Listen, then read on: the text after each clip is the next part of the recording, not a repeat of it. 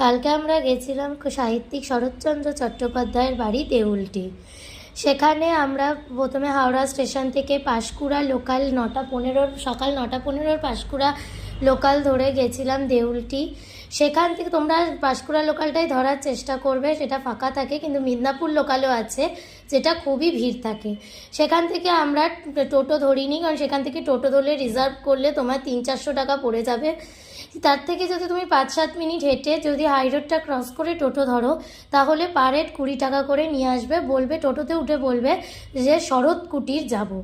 ওনারা ঠিক শরৎ কুটিরের সামনেই নামিয়ে দেবে এবং সেখানে এসে আমরা বাড়ির ভেতরে ঢুকে পুরো বাড়িটাই তোমাদেরকে দেখালাম। এটা একটা টালির বাড়ি ছিল, দোতলা, খুবই সুন্দর ছিল।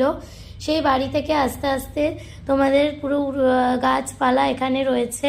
সেখান থেকে দেখো এখানে একটা শরৎচন্দ্র চট্টোপাধ্যায় স্ট্যাচু রয়েছে, যেখানে ওনার স্ট্যাচু এবং নিচে ওনার ডিটেলস লেখা আছে, উনি কবে জন্মেছেন, কবে ওনার মৃত্যু হয়েছিল, এগুলো সবই ডিটেলসে লেখা রয়েছে।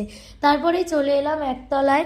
একতলায় ওনার অনেকগুলো ঘর ছিল, সেই ঘরগুলোই ঘুরে ঘুরে ঘুরে তোমাদের দেখালাম।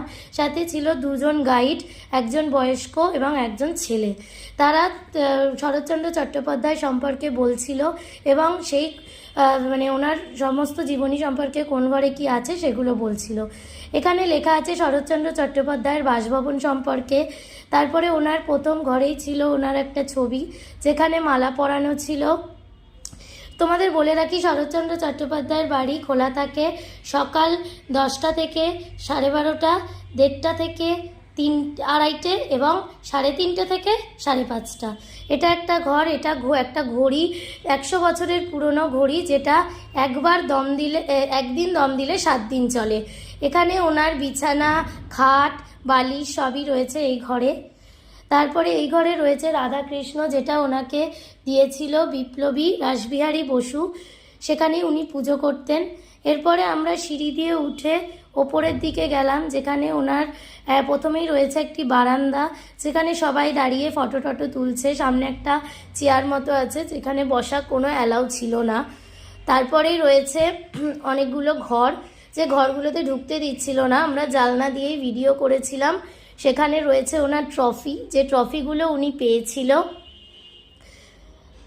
তারপরেই রয়েছে পাখির খাঁচা, দেখো যেখানে কিছু বদ্রি পাখি রয়েছে।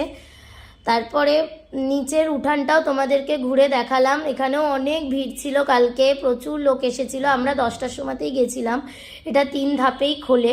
এই দেখো বদ্রি পাখি, এখানে বদ্রি ছিল, অন্য কোনো আর পাখি ছিল না। এছাড়াও আছে রূপনারায়ণ নদী।